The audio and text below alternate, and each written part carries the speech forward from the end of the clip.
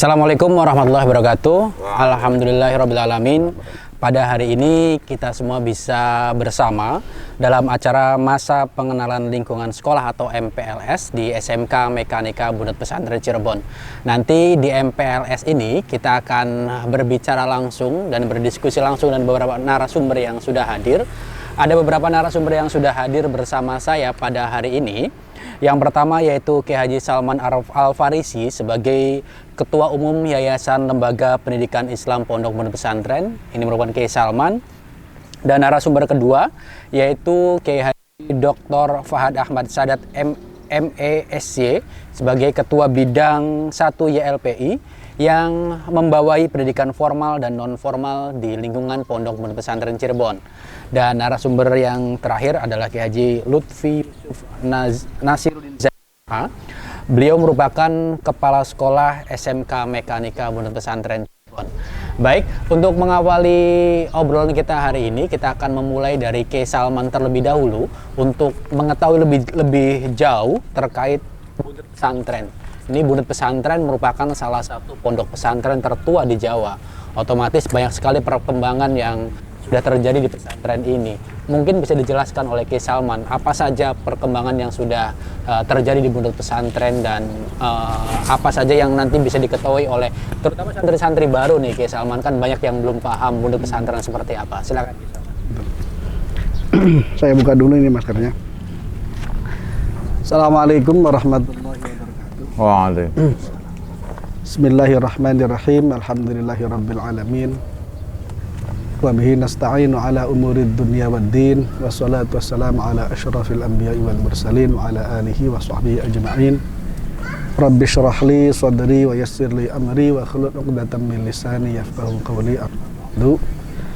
Yang saya muliakan Ketua Bidang 1 Dr. Fahad Ahmad Sadat MA MSY, yang saya muliakan Kepala Sekolah SMK NU Mekanika Pondok Bunut Pesantren, dan terima kasih kepada pembawa acara yang sudah memberikan waktu kepada saya sedikit menjelaskan tentang kondisi Pondok Bunut Pesantren saat ini berkaitan dengan perkembangan Pondok Bunut Pesantren dari mulai berdiri sampai saat ini. Rekan-rekan para pemirsa dan para siswa baru di SMK NU Mekanika Pondok Bunut Pesantren. Pondok Bunut Pesantren ini adalah salah satu pondok tertua di Jawa Barat, bahkan mungkin di Indonesia, di mana dalam perkembangannya Pondok Bunut Pesantren ini pada saat dari mulai berdiri sampai sekarang memang banyak sekali perubahan-perubahan yang terjadi, baik dari wilayah yang mengalami perkembangan. Secara geografis memang Pondok Bunut Pesantren ini ada di dalam awalnya ada di 3 desa, ya, masuk ke dalam 3 wilayah desa, yaitu Desa Mertabere Kulon, lalu kemudian Desa Buntet, dan sebagian lagi masuk ke Desa Munji. Tapi sekarang sudah masuk juga ke wilayah Desa Sidamulia. Pondok Bunut Pesantren memang pada awalnya adalah pondok yang memberikan pendidikan salafiyah atau pendidikan yang tradisional, memberikan materi pendidikan tentu yang berkaitan dengan masalah keagamaan dari mulai dasar sampai ke yang paling tinggi. Pada perkembangannya di zaman Al-Mukarram Sahibul Fadilah Al-Maghfurlah Almarhum Kiai Haji Abbas Abdul Jamil, Pondok Bunut Pesantren ini mulai membuka diri dengan mendirikan pendidikan umum. Dimulai dengan berdirinya Madrasah Ibtidaiyah Wataniyah. Ini bentuk dari sebuah kemauan dari Pondok Bunut Pesantren untuk membuka diri, bahwa untuk membuka atau menjawab perkembangan zaman, kita tidak bisa menutup diri dengan membuka pendidikan. Namun memang MI pada saat itu, Madrasah Ibtidaiyah Fatoniyah pada saat itu memang masih tidak tercerabut dari akarnya, dan sampai saat itu pun juga seperti itu, tapi hanya memasukkan pendidikan umum yang dimana itu adalah merupakan tantangan dan perkembangan zaman yang harus kita jawab. Saat ini pada perkembangan berikutnya, akhirnya kemudian kita juga mendirikan Madrasah Sanawiyah, Madrasah Aliyah, bahkan sekarang kita sudah juga menyediakan pendidikan formal berupa sekolah menengah kejuruan dan pendidikan tingginya juga ada sekolah di keperawatan, lalu sekarang juga sudah ada sekolah tinggi ilmu tarbiyah. Ini adalah bentuk dari Pondok Butut Pesantren di samping mempertahankan ajaran-ajaran salaf, memberikan pendidikan umum demi santri-santri atau murid-murid, siswa-siswa yang ada di Pondok Butut Pesantren ini tidak sekedar hanya diajarkan ilmu-ilmu agama untuk kehidupan keberagamaan mereka, tapi juga Pondok Butut Pesantren memberikan bekal kepada mereka agar mereka bisa mengikuti perkembangan zaman, dan nanti agama juga bisa masuk ke dalam sektor-sektor mereka yang kuasai. Kalau saat ini sendiri sistem pembelajaran antara pendidikan pesantren dengan pendidikan sekolah diatur seperti apa, Salman? Apakah pendidikan sekolah pagi, pesantrennya sore, atau seperti apa yang tadi? Terus ada berapa asrama sih di Buntet? Mungkin kan banyak yang cuma paham Buntet pesantren. Betul. Iya sih, sehingga kadang-kadang mereka datang untuk mencari santrinya, tapi hanya menggunakan Buntet pesantren, mereka bingung nih. Betul. Pondok Butut Pesantren ini memang dulu ya, kita kan dari mulai awal dulu itu Pondok Butut Pesantren memang santrinya dipusatkan di sekitar masjid Pondok Butut Pesantren, Masjid Jami Pondok Butut Pesantren. Itu ada asrama-asrama yang diberikan oleh pada zamannya itu zamannya Ki Abdul Jamil. Nah, kemudian pada perkembangannya sekarang santri itu sudah menyebar di daerah yang tadi sudah saya lokasi ya, sekitar 3 hektar ya, wilayah Pondok Butut Pesantren ini tersebar menjadi hampir sekitar 60 asrama. Di mana masing-masing asrama variatif jumlah santrinya, dan secara keseluruhan, secara umum maksud saya, pendidikan agama atau pendidikan keberagamaannya sama, secara umum sama. Dari mulai pendidikan ilmu yang dasar ya, dari misalnya fikih, kemudian ilmu alat, ilmu akhlak, akidah akhlak, bahkan ilmu Al-Quran, membaca Al-Quran dengan baik. Kemudian sampai kepada hal yang lebih tinggi, misalnya fikihnya yang lebih tinggi lagi, Fathul Mu'in, Fathul Wahab. Bahkan juga ada yang tata bahasanya yang lebih baik lagi. Terus sesuai dengan jenjang pendidikan seperti halnya pondok-pondok pesantren. Nah, itu waktunya kemudian dibagi untuk pendidikan formal tentu dilakukan pada pagi hari. Dari mulai pada umumnya sekolah-sekolah umum yang lainnya, dari mulai jam 7 pagi sampai selesai antara sekitar jam 1 sampai jam setengah 2 atau jam 3 lah selesai.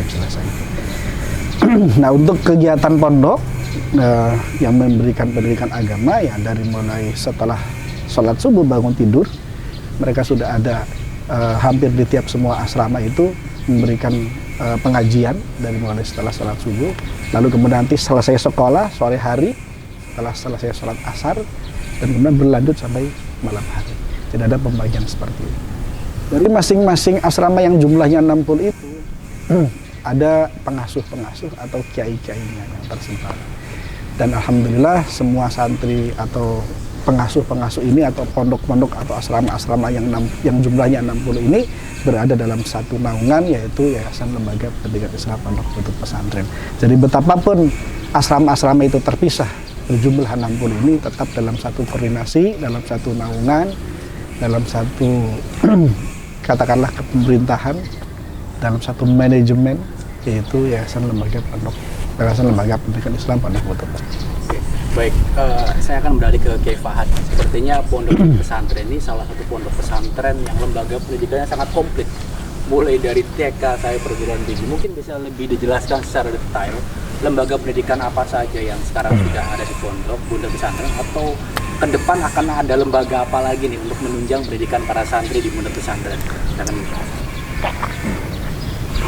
Terima kasih.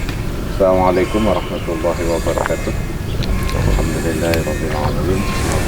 Yang saya muliakan dan saya hormati Kiai Salman Al-Farisi, Ketua Umum, dan juga Pak Kiai Lutfi selaku kepala sekolah serta mekanika.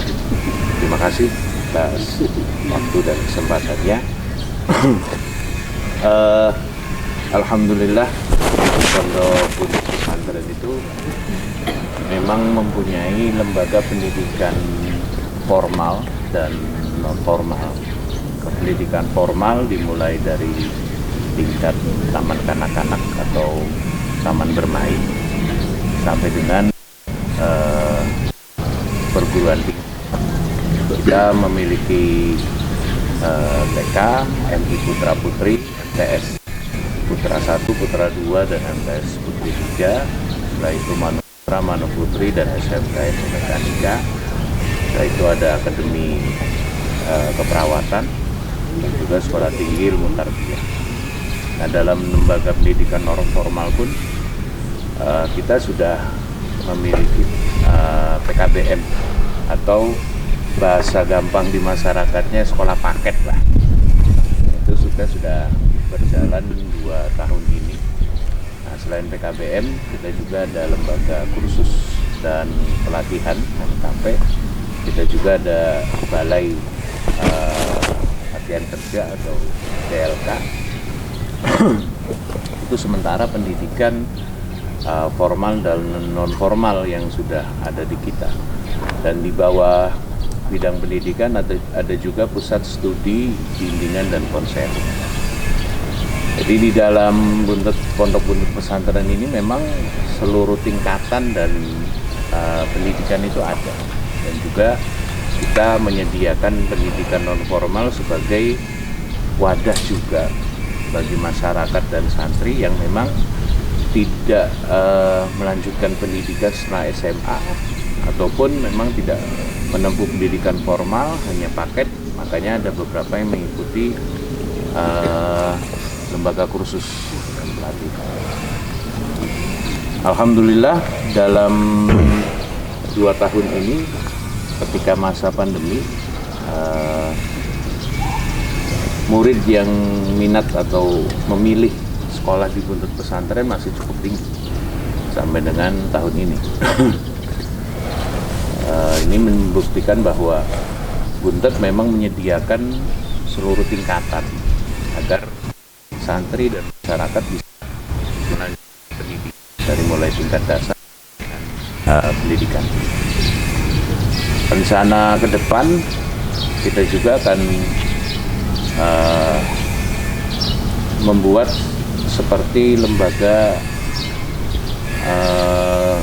istilahnya untuk melanjutkan pendidikan ke luar negeri, hingga nanti santri-santri atau masyarakat di Buntet ketika akan melanjutkan pendidikan ke luar negeri, kita sudah ada wadah untuk menampung dan pelatihan dan lain-lain untuk melanjutkan pendidikan ke luar negeri. Yang kedua, pendidikan tinggi kita sudah ada upper dan STIT. Kedepannya akan berubah menjadi institut atau insya Allah akan lanjut ke universitas, sehingga nanti Buntet akan memiliki Universitas Buntet Pesantren. Itu menjadi program dari bidang pendidikan. Nah, inilah yang akan menjadi harapan kita semua, hingga Buntet itu memang insya Allah akan menerima seluruh tingkatan pendidikan, dari mulai paling dasar, pendidikan tinggi, juga pendidikan yang sifatnya Kifat, kalau misalkan madrasah aliyah kan memang Buntet wilayah keagamaan, jadi mungkin sudah terbiasa. Ya. Tapi ada beberapa lembaga yang bisa dikatakan lembaga umum. Seperti Akper dan SMK. Ya. Apa kelebihannya Akper dan SMK yang berada di pesantren Buntet dengan yang tidak berada di lingkungan pesantren Buntet? Terima kasih. Untuk Di Buntet sendiri memang ada Akademi Keperawatan dan SMK. Tentu semua kurikulum tetap kita mengikuti standar dari Kementerian Pendidikan dan Kebudayaan. Itu sudah menjadi standar. Tetapi ketika kita berbicara apa bedanya atau kelebihan dari Akper dan SMK yang ada di lingkungan Pondok Buntet, tentu yang berbeda adalah kepesantrenan. Itulah yang menjadi kekhasan. Contoh kayak di Akper itu, selain mereka belajar tentang ilmu kesehatan yang sudah menjadi standar, mereka juga punya pengajian rutin. Kebetulan beliau juga ikut mengisi di pengajian di Akper. Juga mahasiswa Akper itu juga diajari tentang fikih kesehatan istilahnya. Hingga anak Akper itu tidak hanya memahami ilmu kesehatan, tetapi juga memahami fikih tentang kesehatan.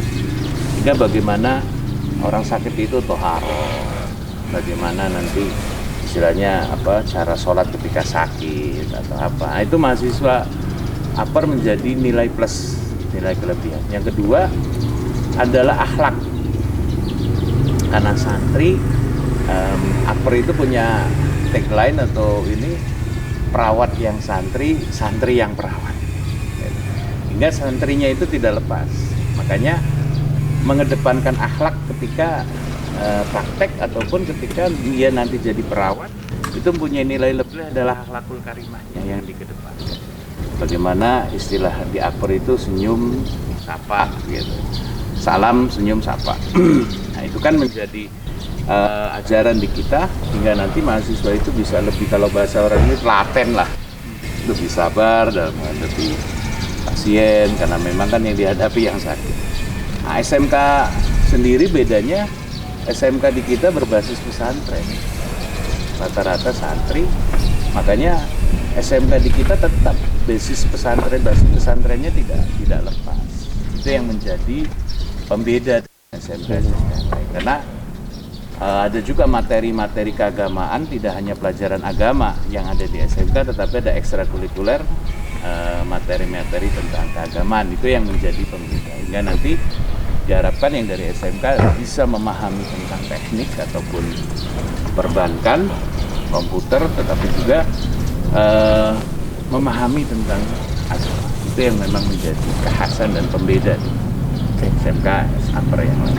Baik, terima kasih Pak. Nah, saya akan beralih ke Kiai Lutfi nih. Kiai Lutfi, SMK ini salah satu lembaga baru di Pondok Berpesantren, tapi perkembangannya dan kembangnya sangat signifikan sekali.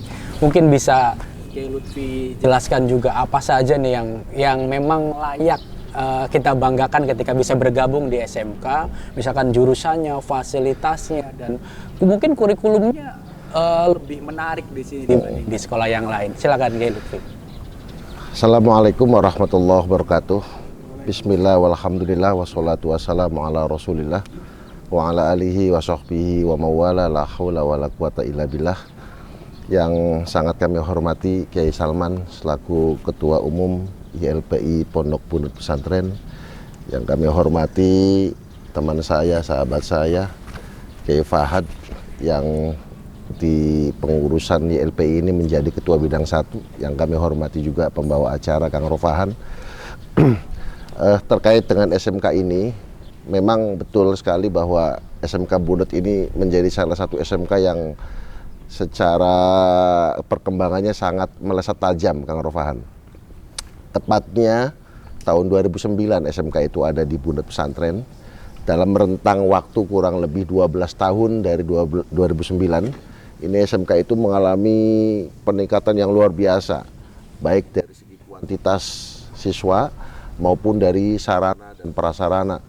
Ketika tahun 2009 itu kata beliau bahwa siswa SMK itu kurang lebih berapa itu, Pak Fahad? 60-an. Sekarang sudah hampir 500 lebih.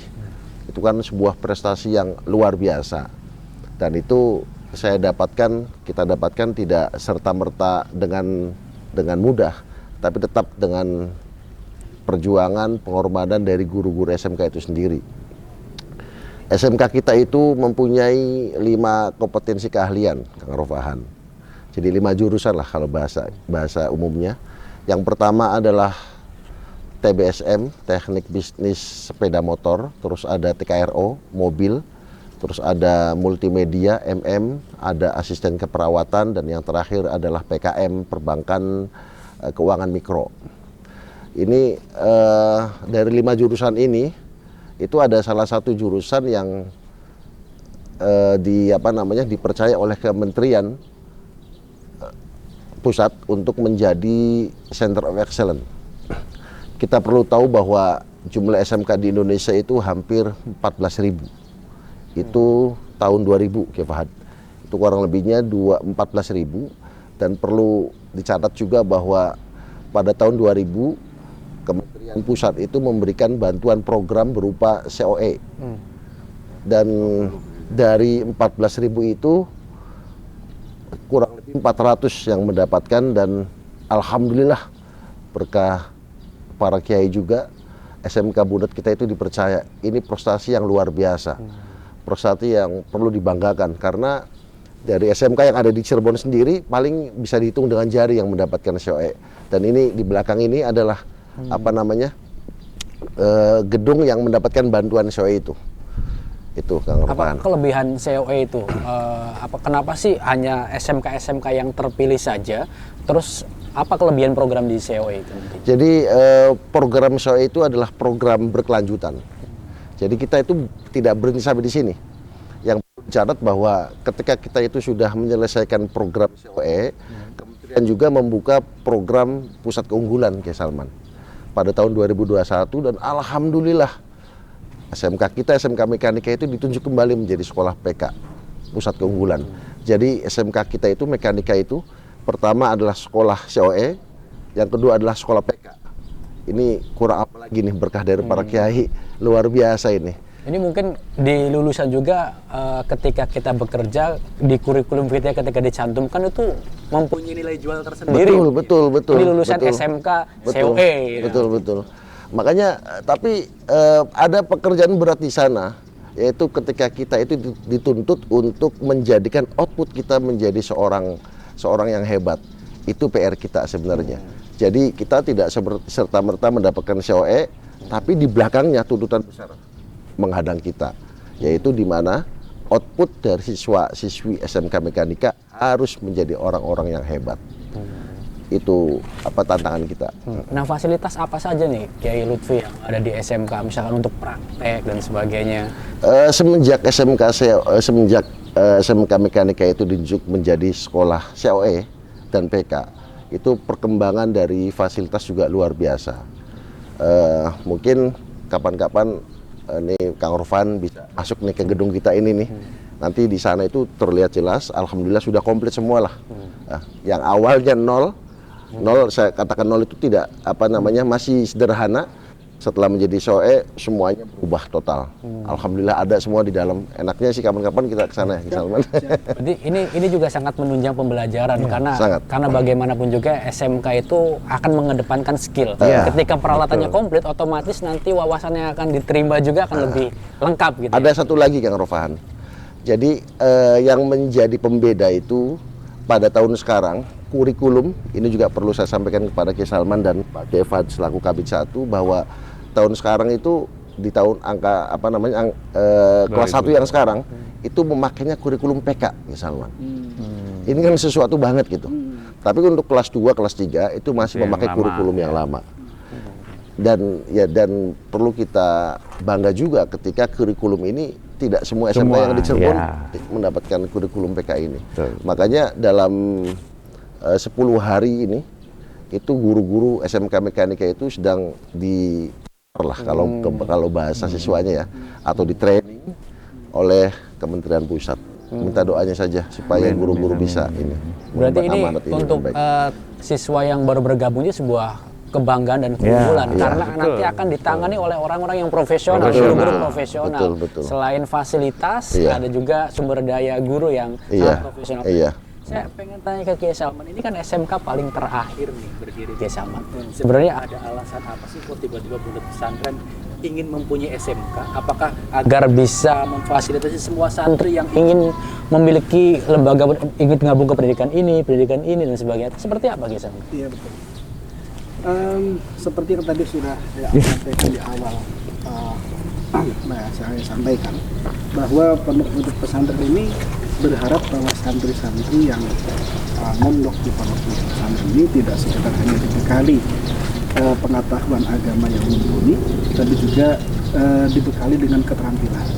Tentu keterampilan yang akan dibekalkan kepada mereka tidak sekedar hanya keterampilan di dalam hal-hal yang standar, tapi ya tentu dengan perkembangan zaman yang sekarang sangat dinamis, media sosial yang begitu luar biasa, dan kemudian kemampuan yang dituntut oleh dunia kerja juga yang sudah harus luar biasa, maka kita tidak bisa menutup mata bahwa santri-santri yang mondok di pondok pesantren ini harus dibekali dengan kemampuan yang tidak sekedar hanya mampu dalam bidang agama, tapi juga skill yang mumpuni yang tentu sesuai dengan permintaan atau perkembangan zaman saat ini. Jadi kita tidak hanya sekedar latah ingin memiliki SMK seperti halnya pondok-pondok pesantren yang lain, tapi kita ingin pondok pesantren ini bisa menjadi salah satu tempat di mana santri akan dibekali dengan pengetahuan umum dan keterampilan yang mereka bisa menjawab itu dengan baik. Dan nanti ketika kemudian sektor-sektor atau dunia kerja ini diisi oleh lulusan SMK di pondok pesantren ini, tentu mereka kan tidak sekedar hanya mampu dalam skill kemampuannya saja, tapi juga mereka akan diharapkan mempengaruhi dunia kerja mereka dengan keagamaan yang santun, yang sesuai dengan apa yang dipesankan oleh para masyayikh pondok pesantren. Oke, ya Kifan, ini perkembangan yang dirasakan oleh SMK cukup signifikan. Juga Buntet dipercaya mengelola BLK dan sebagainya. Sebenarnya faktor apa sih yang membuat Buntet ini sangat hebat sekali dalam progres perkembangan pendidikan? Apa karena memang di Buntet itu sangat profesional untuk mengelola sebuah lembaga pendidikan, atau seperti apa, Kifan? Seperti tadi yang disampaikan Kiai Salman bahwa Buntet itu memulai pendidikan formal dari era Kiai Abbas bin Kiai Abdul Jamil. Artinya itu dari sebelum era kemerdekaan kita sudah mulai merintis pendidikan formal. Artinya Buntet itu salah satu pondok pesantren yang pertama kali untuk membuka pendidikan formal, ketika pondok pesantren yang lain belum untuk mendirikan pendidikan formal. Sehingga tentu menjadi beda karena Buntet jelas mempunyai sumber daya manusianya, sumber daya tempat, lingkungannya, itu semua mendukung semua untuk perkembangan pendidikan formal dan non formal yang ada di Buntet pesantren. Yang kedua, Buntet pesantren itu memang berangkat dari santri yang mungkin berbeda dengan pondok pesantren yang lain juga, karena berangkat dari latar belakang yang berbeda dan lain-lain, hingga mungkin minat siswa juga kan berbeda juga dengan santri-santri dari pondok pesantren yang lain. Dan paling utama adalah bahwa ya kita kembali sebagai orang pesantren meyakini bahwa doa dari para kiai, doa dari para kiai sepuh, inilah yang membuat Buntet itu alhamdulillahnya setiap tahun terus untuk berkembang. Dan faktor yang utama kembali lagi tadi adalah kita memang memiliki sumber daya manusia untuk itu. SMK contohnya. SMK itu dari 2009 awal berdiri dan terus sampai dengan sekarang, itu kan terasa sekali perkembangannya yang sangat signifikan. Apalagi sekarang tadi disampaikan oleh Pak Kiai Lutfi bahwa SMK sudah menjadi SMK COE dan juga SMK PK. Nah, ini kan menjadikan nilai plus. Dan memang itu semua faktor kita di sini mendukung untuk SMK berkembang, karena kita di sini sumber daya manusianya ada, artinya santri ataupun dari gurunya. Kita insya Allah syarat dari guru dan lain-lain itu semuanya sudah terpenuhi untuk menjadi SMK ini semakin berkembang. Walaupun tadi disampaikan Pak Lutfi bahwa tentu ketika ini terus berkembang maka tantangannya juga tentu akan berbeda. Nah, demikian juga dengan pendidikan-pendidikan di sekolah-sekolah yang lain seperti di Manuputra, Manuputri, Sanawiyah, itu juga di Akper, STIT. Karena memang perkembangan pendidikan itu kan cepat sekali. Apalagi di lingkungan SMK ya, teknologi itu kan wah cepat sekali berkembang. Sekarang untuk teknologi mesin saja mobil sudah listrik. Ketika itu di Indonesia masih belum menjadi familiar, tetapi kan sudah mulai berkembang, mobil itu sudah berteknologi listrik. Nah ini kan tantangan lagi, tidak selesai. Ternyata Pak Lutfi sudah ini, enggak, ternyata masih terus. Itu masih komputer sekarang sudah nggak tahu core berapa itu sudah semakin terus berkembang. Artinya ilmu pengetahuan itu kan terus berkembang. Dan insya Allah Buntet itu tidak pernah kekurangan sumber daya manusianya. Insya Allah tidak akan kurang. Oke, terima kasih Kifat. Ya mungkin ini kepada seluruh siswa baru SMK Mekanika Pondok Pesantren Cirebon sangat harus bersyukur bisa bergabung di sini karena pertama selain fasilitasnya yang sangat memadai dan sangat komplit, apalagi sudah sampai level COE dan tadi PK ya, Lutfi, juga dikelola oleh pakar-pakar atau guru-guru yang profesional, tadi langsung ditatar langsung oleh dari Kementerian Pusat. Selain itu lingkungan pondok pesantren juga sangat mendukung. Lingkungannya sangat mendukung. Baik, terima kasih. Kami ucapkan selamat kepada siswa baru yang sudah bergabung. Mohon maaf atas segala kekurangan. Wassalamualaikum warahmatullahi wabarakatuh. Waalaikumsalam warahmatullahi wabarakatuh.